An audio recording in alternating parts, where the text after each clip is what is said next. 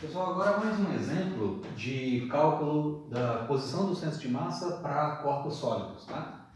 Usando aquelas integrais igual a gente viu no vídeo anterior, tá? Então agora o vídeo 28, nós vamos determinar a posição do centro de massa de uma chapa fina, tá? Ou seja, de uma chapa bidimensional uniforme, ou seja, com massa uniformemente distribuída em toda a sua superfície bidimensional, tá? Essa chapa tem comprimento de tamanho A e altura, né, ou largura de comprimento B. Tá? E essa chapa é uniforme, significa que a densidade de massa é constante em qualquer ponto dessa chapa. O que é densidade nesse caso?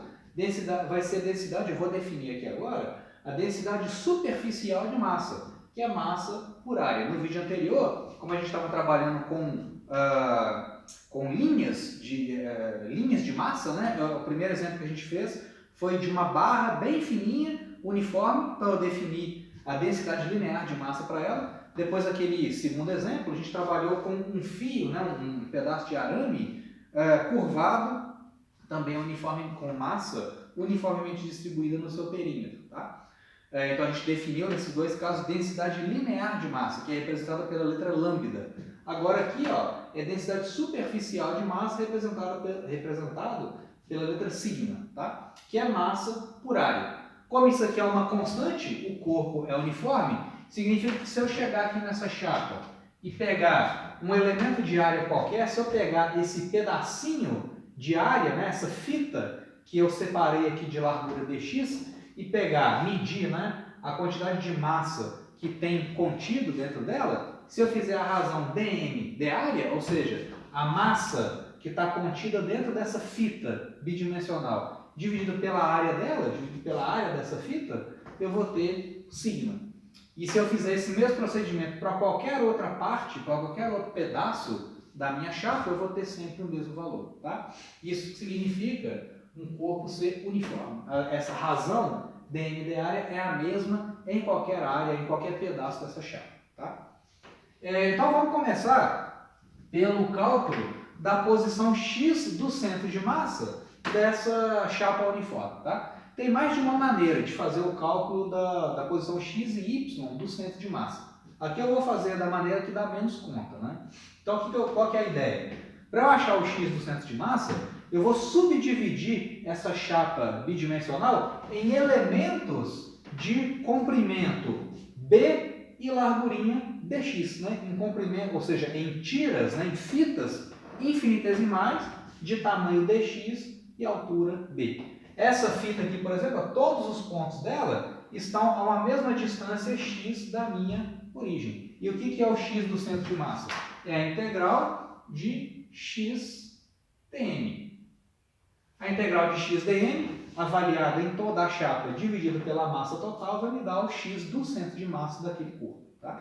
Então eu vou montar essa integral. O meu x é justamente a distância da distribuição de massa, né, da minha massa infinitesimal, que é essa tirinha que eu coloquei aqui, até a origem. Então, x, já está colocado ali. O que é meu dm, gente? dm, pela definição aqui, ó, o que é meu dm? dm é sigma de área.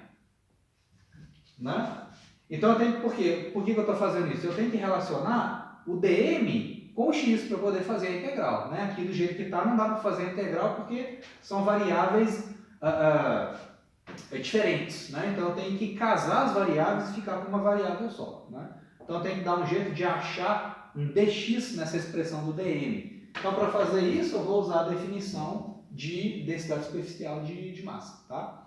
Então, quem que é o meu dm? É sigma de área. Quem que é o meu de área? É a área dessa fita bidimensional que eu coloquei ali. Ó. Nesse caso ali, quem que é o meu de área? O meu de área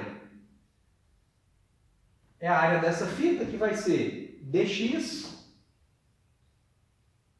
vezes b. Né? Altura vezes comprimento vai me dar o de área, a área dessa fita bidimensional que está ali. Então, a integral vai ficar x vezes, quem que é dm? dm vai ser sigma, densidade superficial, constante, né? Vezes de área, que é b vezes dx. Vezes dx. E essa integral eu tenho que avaliar em toda a chapa, né? Em todo o corpo. Então, desde x igual a 0 até x igual a azinho. É o comprimento aqui dessa chapa, né? Então, isso aqui vai dar... as constantes eu ponho para fora, vai ficar B vezes sigma sobre a massa. Então, B vezes sigma sobre a massa, né? Integral de x dx, de 0 até a. A integral de x dx é x2 sobre 2. Avaliado de 0 a a, vai ficar a2, azinho ao quadrado, né?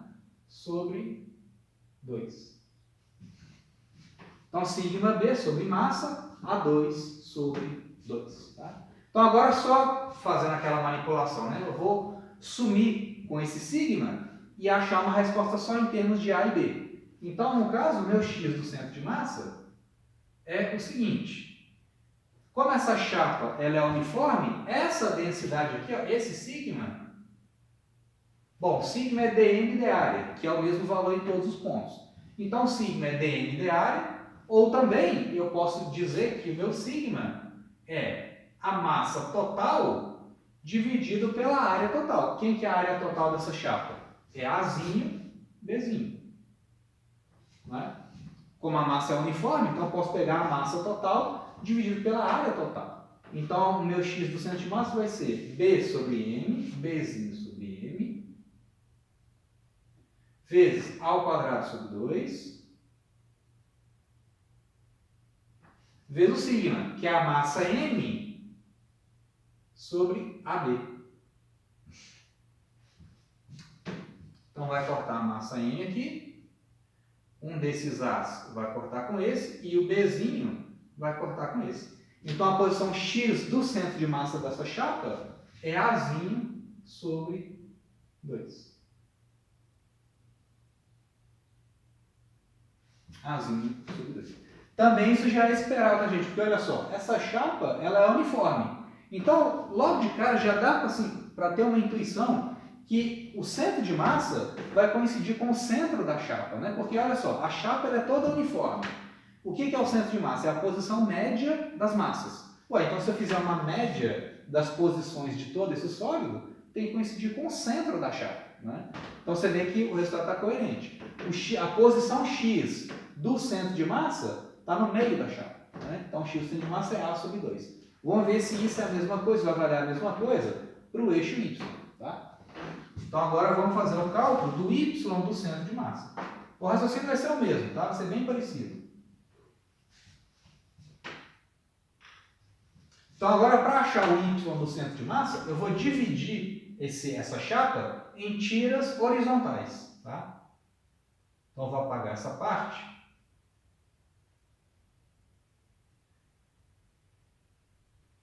Então eu vou subdividir essa chapa em pedaços infinitesimais de tamanho dy, tá?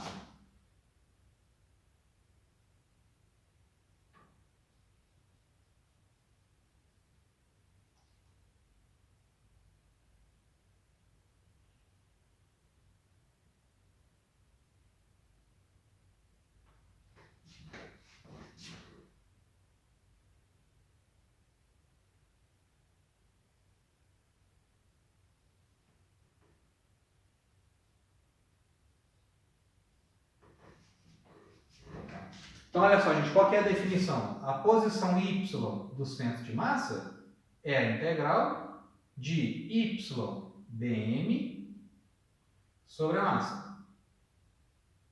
Então, isso é igual a 1 sobre massa vezes integral. Aqui, então, eu dividi, por conveniência aqui, né, eu dividi essa chapa em tiras infinitesimais de tamanho dy. E cada uma dessas tiras infinitesimais está a uma distância y da origem, né? Então, o y é a distância do elemento de massa até a origem, até o y igual a 0 aqui, né? Então, a coordenada y de cada um desses pontos, né, eu vou colocar aqui como sendo o próprio y.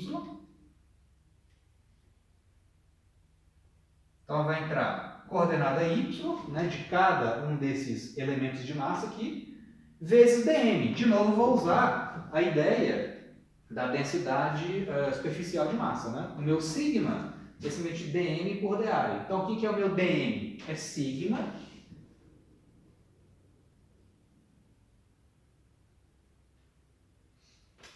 vezes o d área. Quem que é o d área aqui agora, gente? É a área dessa fita. Então, o meu d área vai ser comprimento, né? Esse comprimento A vezes dy. Então, Azinho dy. Então, vai ficar y sigma vezes o d área. Vezes, né? O d área. O d área é Azinho dy. Azinho dy. E eu vou avaliar essa integral em toda a chapa. Então, desde y igual a 0 até y igual a b. Isso é igual a bzinho, né? Então, isso vai me dar 1 sobre massa vezes o sigma A, né? O sigma é constante, então eu vou jogar tudo para fora aqui. Vai ficar sigma A, sigma Azinho, integral de y dy, avaliado de 0 a b. Então vai ficar bzinho ao quadrado sobre 2.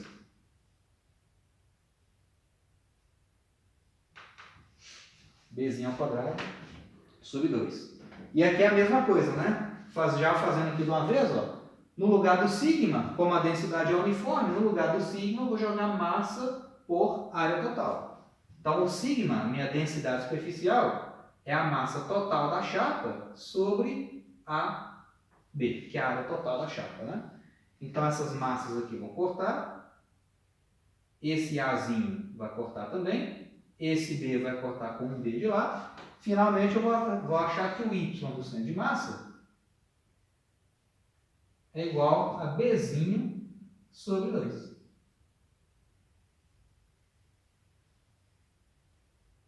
Bzinho sobre 2. Ou seja, de fato, né? O centro de massa dessa chapa uniforme coincide com o centro geométrico dessa chapa, né? Então, olha só, x igual a sobre 2, y igual a b sobre 2. Então, o centro de massa está colocado justamente no centro geométrico dessa chapa. Né? Então, essa coordenada aqui é Azinho sobre 2 e essa outra aqui é Bzinho sobre 2. Isso também é intuitivo, né? Se a chapa é uniforme, o centro de massa tem que coincidir com o centro geométrico dela. Tá? Não faz sentido, se ela é toda uniforme, não faz sentido você achar que o centro de massa está aqui, por exemplo, ou aqui. Não, o centro de massa está no meio da figura. Tá? Para uma distribuição uniforme de um sólido regular. Né? Na verdade, gente, isso é um resultado geral. Tá? É isso que eu estou enunciando aqui. Esse exemplo ilustra bem, né, o que eu vou falar aqui. Ó. Que para sólidos regulares, ou seja, para sólidos que têm uma forma geométrica bem definida, né? Então, por exemplo, uma esfera, um cilindro, um triângulo, um retângulo ou um quadrado, a posição do centro de massa coincide justamente com a posição do centro geométrico daquele corpo. Na verdade, é para sólidos regulares e uniformes, né? Para sólidos regulares e uniformes.